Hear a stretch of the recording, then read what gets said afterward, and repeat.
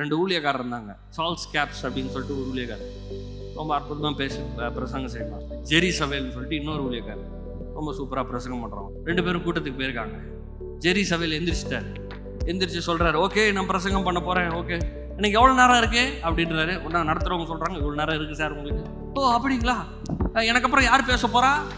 இன்னொரு Charles caps பேச போகிறார். ஓ சார்ல்ஸ் கேப்ஸ் பேசுகிறாரா, ஓகே அப்போ என்ன அவர் டைமையும் சேர்த்து எடுத்துக்க வேண்டியதுதான் அப்படின்னு சிரிச்சுட்டு அவர் பாட்டுக்கு பிரசங்கம் பண்ண ஆரம்பிச்சிட்டாரு. பிரசங்கம் பண்ணுறாரு, டைமை பார்க்குறாரு, ஓகே பிரசங்கம் பண்ணுறாரு, டைம் பார்க்குறாரு, எல்லாம் நல்லா போயிட்டே இருக்குது. திடீர்னு அவர் எவ்வளோ நேரம் ஆயிருக்குது, டைம் ஆயிடுச்சே. கூட்ட நடத்துறது சொல்கிறாரு, ஐயா நீங்கள் உங்கள் டைம் இல்லை, உங்கள் டைம்லையும் பேசிட்டீங்க, சார்ல்ஸ் கேப்ஸ் டைமையும் சேர்த்து பேசிட்டீங்க. ஐயோ ரொம்ப சாரி, வாட்ச் ஓடாமல் நின்று இருக்குது, ரொம்ப சாரி மன்னிச்சுக்கோங்க, நான் முடிச்சுக்கிறேன் அப்படின்னு சொல்லிட்டு முடிச்சுட்டு உட்காரு. சார்ல்ஸ் கேப்ஸ் எந்திரிச்சு சொன்னாராம், பிரசங்கம் பண்ணுறதுக்கு ஒன்றும் இல்லை, ஒன்னே ஒன்று சொல்கிறேன்.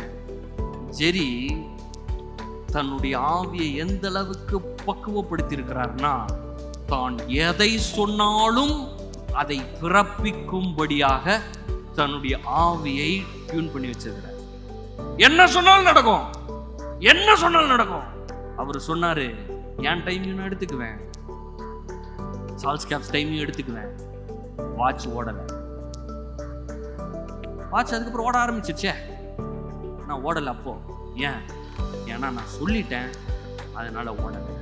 இன்னைக்கு நான் சொல்றேன் உங்களுக்கு, மனிதனை இவ்வாறாக படைத்திருக்கிறார். we are going to that level. உங்க எல்லாரையும் நான் அதுக்கு தான் ட்ரைனிங் கொடுக்குறேன். அந்த நிலைக்கு போங்க. வாயை திறந்து ஒரு நாள் பேசுனீங்கன்னா பேசி முடிக்கிறதுக்குள்ள அதை நிறைவேறி இருக்கும். அந்த நிலைக்கு தான் உங்களை நான் கொண்டு போயிட்டு இருக்கிறேன். அதுக்கு தான் உங்களுக்கு ட்ரைனிங் கொடுக்குறேன். உங்க வாழ்க்கையில மோசமான சவால்களை சந்திக்கும் போது ஐயோ கொய்யோன்னு கத்திட்டு இருக்காதீங்க.